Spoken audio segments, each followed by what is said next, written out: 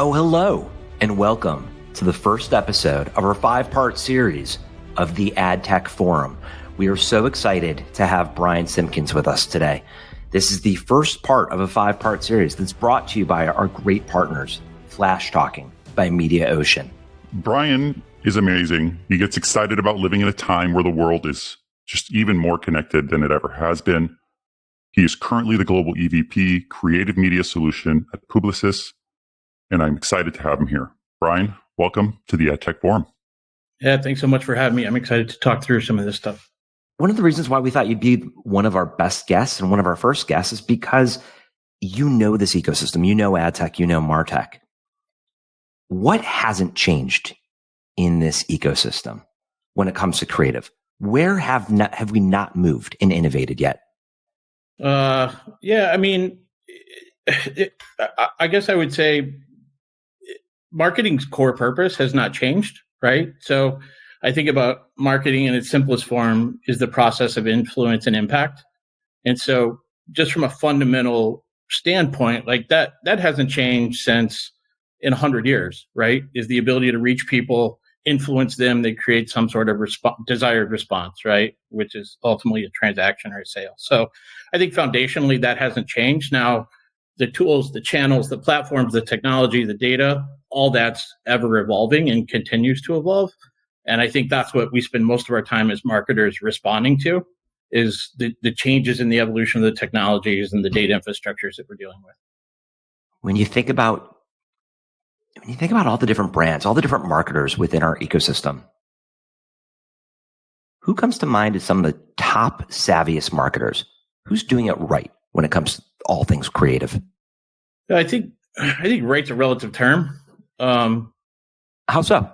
Well, I think businesses function differently, right? So depending on the nature of your business, I think what your goals are and how you produce creative and how you influence your customers may be uniquely different. How much access you have to customer data, where you have to reach people, the environments in which you reach people, all that's unique to the company, right? And the nature of their business, like as fundamentally as B2C and B2B, like those are entirely different marketing ecosystems and strategies. So I do Sure. think that's somewhat relative.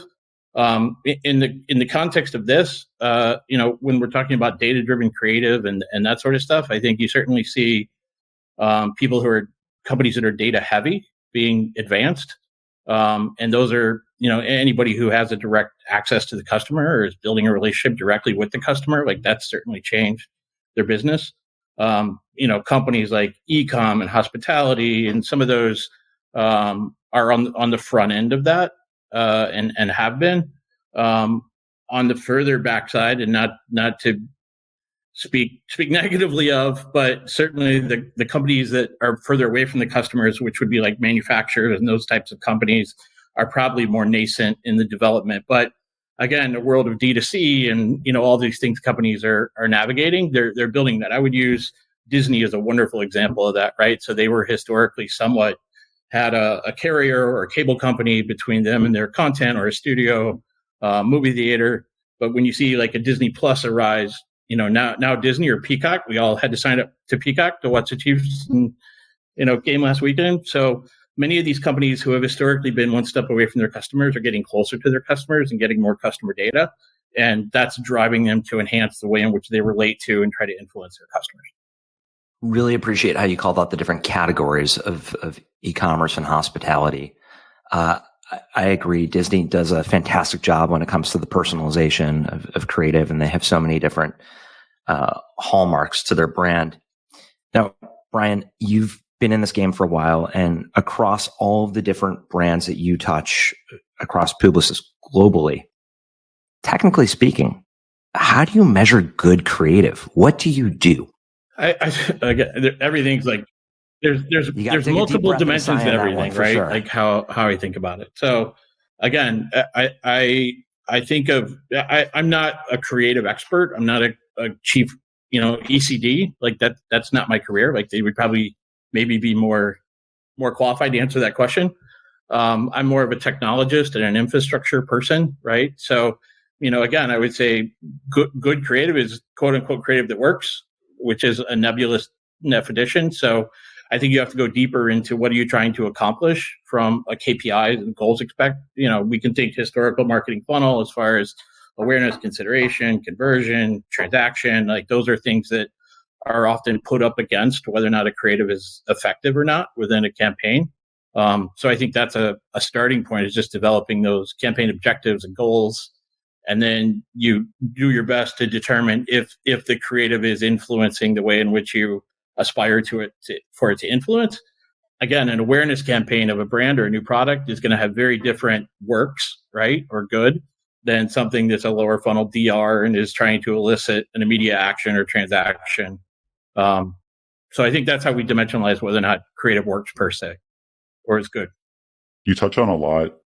And I love this because this is, 10-minute, like really fast kind of video series that we're doing. And you mentioned one thing that's really important, which is, the foundation of marketing hasn't necessarily changed. The tools have changed, the capabilities have changed, the technology has changed. But as a core, we're still, trying to achieve the same thing. But as we're starting to see data points change, and as we're starting to see deprecation of cookies, like how do you see data and personalization playing a role and changing how marketers work over the next, 12 months as we start to see kind of the landscape change quite a bit? Yeah, so I think there's two large aspects to that. One, the tools that we're using are changing, right? So when you think about the ad technology itself, we use the term precision content, right? Which has an orientation that we dimensionalize through what we call CMPs, which are composite, mass producing many versions.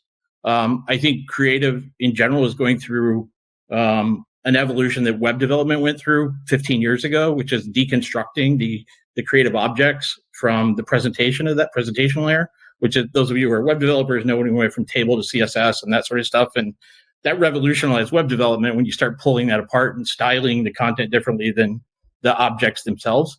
But I mean, we think of precision content in CMPs, DCO, right? Which is Flash Talking would be a DCO platform. That's one of our primary partners. And then obviously generative AI is creeping up on that. So I think of it in terms of the tools. And then when you talk about data and personalization, what we're dealing with a lot is building, going beyond the tools, but operationalizing the processes that teams have to go through, because we're now crossing multiple parts of a holding company business unit and organization. We pulled it all apart about 15, 20 years ago, and now we're trying to bring it all back together, right? So we're trying to get creative teams and production teams and media teams to understand each other's language and vernacular. And there's probably not a lot of people who can seamlessly move across those fluently.